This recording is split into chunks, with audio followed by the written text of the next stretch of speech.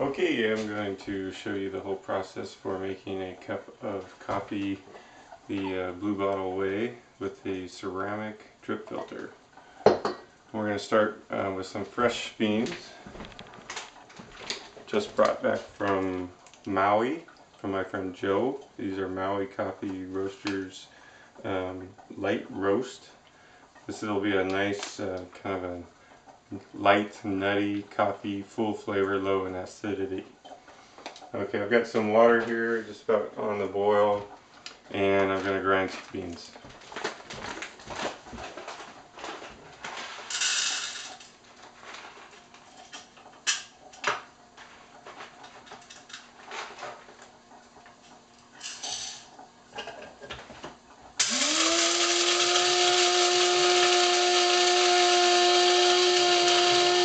Probably hear the beans grinding, I'm guessing.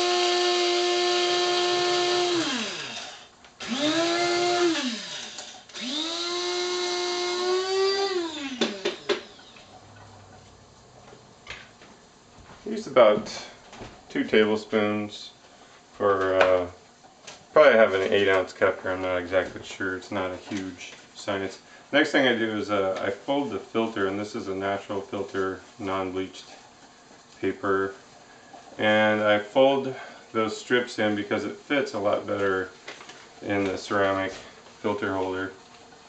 It goes all the way down, and then you get, if you fold it every time, then your rate of water flow in and out is the same as every time that you do it, which will keep your coffee flavor more consistent. So I'm going to move the camera so you can see what's going on here.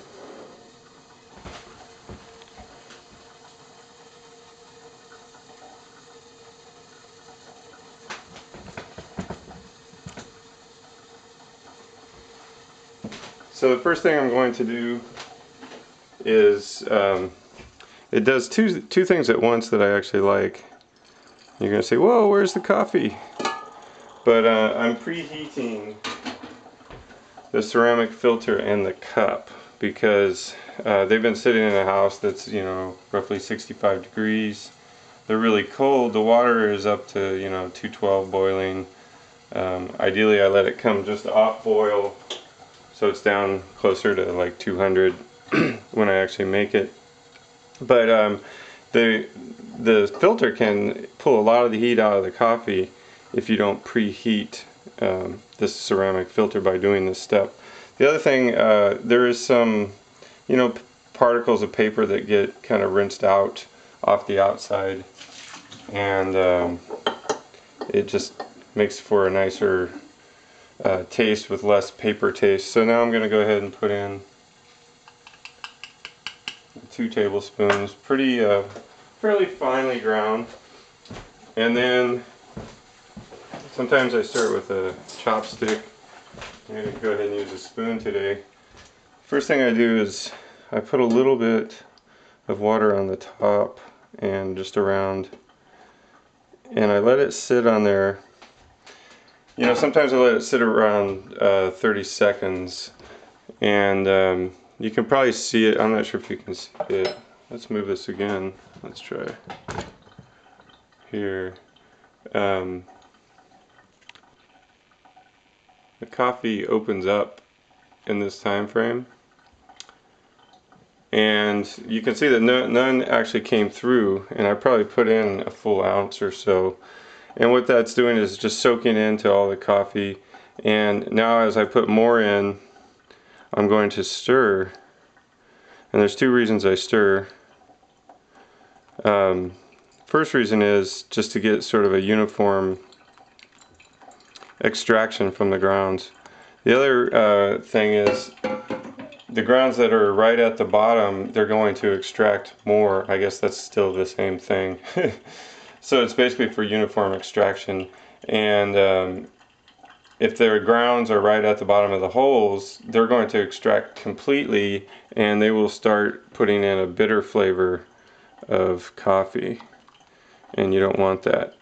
It's actually better to make the coffee strong so that it never has a chance to extract any bitterness from the coffee, and then if it's too strong, you can just add some hot water, and it really opens up. So this takes a little while, and actually, believe it or not, Blue Bottle does this whole thing. They don't actually stir the whole time. They stir like once in the beginning and again later in the process. You can fill it up a little higher and it'll go through a little faster just because of the gravity. It depends on how you like it. I kind of like to just do about a half at a time. And when I do it slow like this, it seems like I get a more full flavor, almost sometimes like winey type notes, and no bitterness at all. We're almost there, come on. Yeah, it seems like a lot of trouble, but you know, when you're not working very much, it's okay. It's a nice thing to do for a nice coffee treat during the day.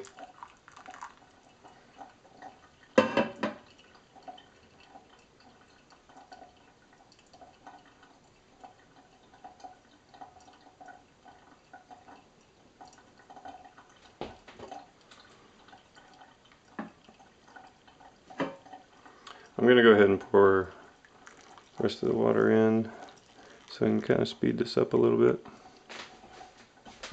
I don't normally do that, but I don't really have ways of editing videos, so you have to buy like the QuickTime Pro to actually do edits, and Picasa won't edit it, so we're gonna modify the process just a little bit. I will, however, continue to keep stirring. And you can see we're just about there, and it doesn't hurt to take it off at any time. If you feel like you look down below and the extraction looks really weak coming out of the bottom of the filter, you could go ahead and yank it, because the extraction toward the end is very bitter. And a way you can tell this and get an idea for what that bitter flavor is if you just take a cup and take this off now and you set it on the cup. This will give you a really good idea of what the taste you're not going for.